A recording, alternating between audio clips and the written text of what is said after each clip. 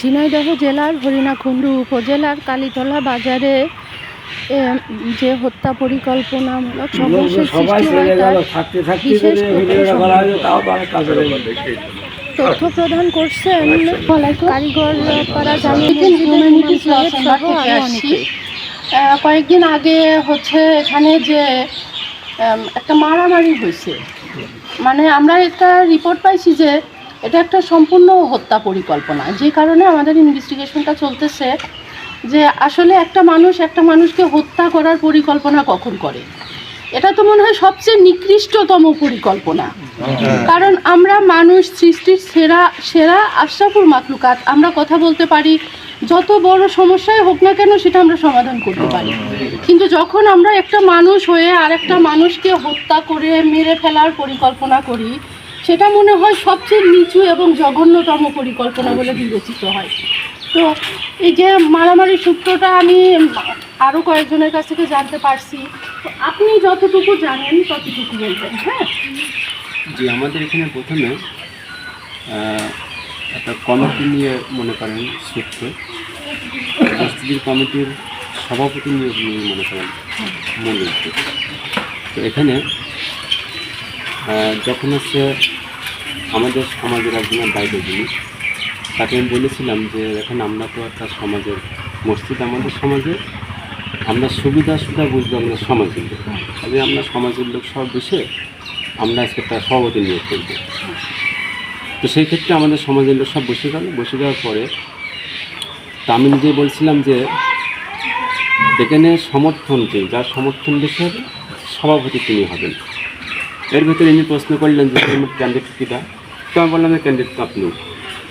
তার মানে এখানে যত লোক আছে সবাই ক্যান্ডিডেট, এটার কারণ নাম উল্লেখ করা হবে না, সমর্থন যার বেশি সভাপতি বেশি। এর ভিতরে একজনের প্রস্তাব দেখলো যে আমি সভাপতি লালচের ধারে প্রস্তাব দেখলেন। ওই কথা বলার সাথে সাথে আমাদের মসজিদ যত মুসল্লি ছিলেন একদিকে সবাই হাত উঠিয়েছে। এরপরও আবার ফের রিকোয়েস্ট করা হয়েছে যে হলো যদি আপনাদের কারো মনোভূত থেকে থাকে তাহলে তার প্রস্তাব রাখুন, পরবর্তী কোন প্রস্তাব আসুন। এরপরে আমাদের সমাজের যিনি হচ্ছেন নজরুল, তার নাম, উনি কথা বলে তোমার কথায় প্রথমেই উত্তেজনাটা ভাব, ওই কথাই যখন ধরাধরি করে একটা হাতাহাতি মসজিদ থেকে বাইরে হয়েছে, এখানে মনে করেন একটা খেলাগত শুরু হয়েছে, একটু চড় থাপ্পড়ে হয়তো হয়েছে। ঠিক এই মুহূর্তে কিছুক্ষণ হওয়ার পরে সাথে সাথেই আমাদের ক্যাম্পের থেকে পুলিশ এসেছে, এসে আমাদের ওখানে যত লোক ছিলেন সবাইকে ছত্রভঙ্গ করে দিলেন। যার যার বাসা সে চলে গেলেন। যাওয়ার পর আমি বাসা চলে গেছিলাম। কিছুক্ষণ পর দিকে আবার একটা হয়েছে ভাব, শব্দ, ইট মারামারিতে শব্দ আসছে। ছিটে চলে আসলাম, এসে দেখি ওই জায়গাটায় ওখানে সাইফুল নামের যিনি, ওনার মাথা ফেটে গিয়েছে। মানে ততক্ষণ ইট মারা হয়ে গেছে? জি, তখন হয়ে গেছে। আমি যখন এসেছি তখন ইট ওনাকে মাথা ফেটে গিয়েছে। উনি এক গাড়িতে, আর ওখানে পুলিশ উপস্থিত ছিলেন। জি, পুলিশ উপস্থিত থাকা অবস্থায় দেখি যিনি আসামি তারা গাড়িতে নিয়ে চলে গেল, হ্যাঁ চলে গেল। আর যিনি আহত হয়েছেন ওনাকে হাসপাতালে নিয়ে গেলেন। এরপরে পুলিশ আর ওখানে আমাদের দাঁড়াতে দিন, আমরা পরে চলে আসছি। এখন আমি ইমাম হিসেবে আমি এতটুকু জানি ইটটা কিটা মেরেছে এবং কার ষড়যন্ত্র, আমার ষড়যন্ত্র যত সম্ভব। ওই যে নজরুল আছে, উনি ষড়যন্ত্র করে, যেহেতু আমাদের সমাজের বাইরে, তিনি ষড়যন্ত্র করে এনাকে উস্কানিমূলক কথাবার্তা বলে ছাত্ররা করেছে। আমি এতটুকু জানি। এছাড়াও আমি কিন্তু জানতে পারছি যেটা যে শুধু মসজিদ কমিটি গঠন করাই নয়, এর আগেও পূর্ব কোনো শত্রুতার যে এর ভিতরে ছিল। আমার মনে হয় ওনার ভিতরে থাকতে পারে। এটা যখন আমাদের ভিতরে কোনো ক্ষোভ সৃষ্টি হয়, সেটা তখন আমরা যখন কারোর সাথে শেয়ার করি তখন কিন্তু ক্ষোভটা কমে যায়, আর তার পরামর্শ, আরেকজনের পরামর্শ তখন কিন্তু সমাধানের দৃষ্টিতে চলে আসা। যখন আমি কাউকে বলবো না, আমার ভিতরে রেখে দিব, তখন ওইটা কিন্তু আরো খারাপ হওয়ার চেষ্টা করবে। আমার মনে হয় ওনার ভিতরে কোনো একটা সহিংসতা হোক, প্রতিহিংসা হোক।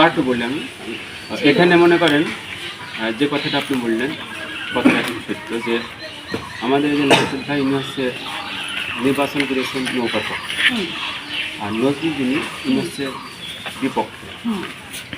তো আমি ইমাম হিসেবে মিডিয়া হিসেবে আমার বিপক্ষের লোক আমার কাছে কথা বলেছে। তো এটা নির্বাচনের আগের থেকে হয়েছে, মনে করেন এই দ্বন্দ্বটা। আমি চেষ্টা করেছি বিপক্ষে মীমাংসা করার জন্য।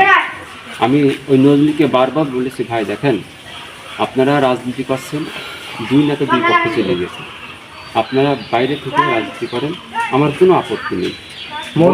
মসজিদ উন্নয়নমূলক কাজের জন্য আপনারা নেতা হিসেবে যার কাছে যেভাবে পারেন সেভাবে নিয়ে এসে মসজিদ উন্নয়নের কাজ করেন, আমার কোনো আপত্তি নেই। কিন্তু মসজিদ নিয়ে, ধর্মীয় প্রতিষ্ঠান নিয়ে আপনি এগুলা ফেতনা করে করার চেষ্টা করবেন না। মসজিদের বাইরে আপনারা যা মসজিদ করেন। আমি এত কথা বলার পরও ওদের একই কথা, যে এই কথা ওরা বলেছে যে আমরা এই মসজিদ কমিটির সভাপতি হব, জোর করে সভাপতি হয়ে মসজিদ সভাপতি বাতিল করব, পাশাপাশি ইমামকে বাতিল করবো। এর কথা ওরাও বলেছে, ওই কথা আমার কানে এসেছে। তো তারপরেও আমি সব কিছু মিলে বলছিলাম, দেখেন আপনারা এই চেষ্টা করতে এসেন না, যেহেতু আমাদের একটা সমাজের মসজিদটা যেভাবে চলছে ভালোভাবে দেন আপনারা। আমি যথেষ্ট পরিমাণ ওদেরকে বলেছি, তারপরেও সেই কথাগুলো ওরা না মেনে এই ফেতনাটা ষড়যন্ত্র মূলক। যেহেতু যে নামটা বললাম উনি তো আমাদের সমাজের বাইরে, আর এই যে হলো দ্বিতীয় সভাপতি নিয়োগ করার জন্য করছেন উনি আমাদের সমাজের ভিতরে, সেটা হলো ওনার ভাই। তো উনি একা, আর সমর্থন সবে এর পক্ষে, কাজেই সমর্থন যার বেশি সভাপতি তার হওয়া, সে তুলনায় উনি উস্কানিমূলক কথাবার্তা বলে যে ঘটনাটা করলেন এর জন্য দায়ী মনে করি সম্পূর্ণ নজরুল। এই ঘটনাকে কেন্দ্র করে একটা মামলা হয়েছে বন্দর থানায়, হরিণাকুণ্ড থানায়। হচ্ছে নজরুল, মানোয়ার, সানোয়া, তাদেরকে কেন্দ্র করে সংগ্রহ করছি। তারাও একই কথা বলছে যে তাদের দ্বারাই মারামারিটা সৃষ্টি হয়েছে, এবং ওখানে মোহাম্মদ সাইফুল ইসলাম একা উপস্থিত থাকায় তাকে মানে জখম সহ আহত করছে এবং হাসপাতালে ভর্তি করা হয়েছে। এই ব্যাপারে আর কেউ কি কোনো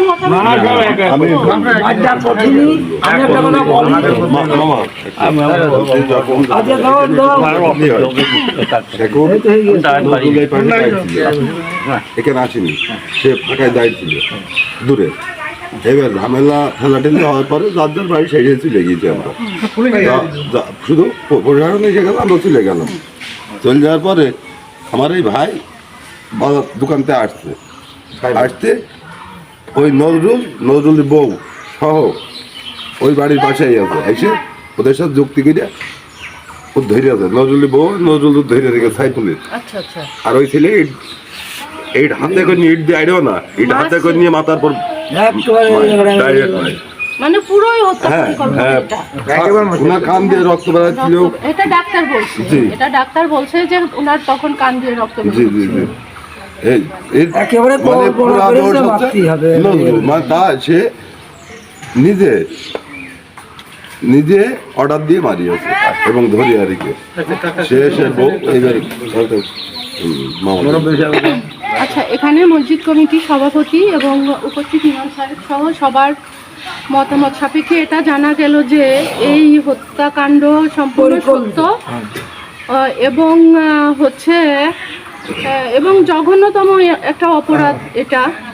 আমরা এটা হচ্ছে একটু গুরুত্বভাবে, প্রশাসনিকভাবে, আইনিভাবে এটার চেষ্টা করব যেন ওনাকে এতটুকু দৃষ্টান্তমূলক শাস্তি দেওয়া উচিত যে পরবর্তীতে এরকম পরিকল্পনা যেন কেউ আর করতে না পারে। মানে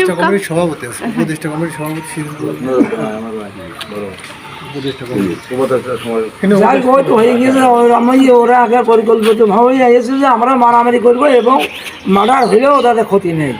আচ্ছা, এইভাবেই ওরা যে মার্ডার করতে আসে সে মার্ডার হওয়ার প্রস্তুতি নিয়ে। হ্যাঁ, কিন্তু প্রশাসনের লোক এখানে আসছিল একটা ইয়ে নিয়ে, আপনার ওই যে ওই দেখতে আসছিল ওই যে ওদের সে কি বলে গেল, হ্যাঁ সেই কেসের একটা অডিট করতে আসছিল, তদন্ত করতে আসছিল, যে জন্য এই আরো বাঁচা গিয়েছে। তা নাহলে পরে এই গরুটা মায়ের খেয়ে একদম মরে যেত, কয়টা মরতো তার ঠিক নেই। কারণ আল্লাহ রক্ষা করেছে যে প্রশাসনের লোক এখানে ছিল।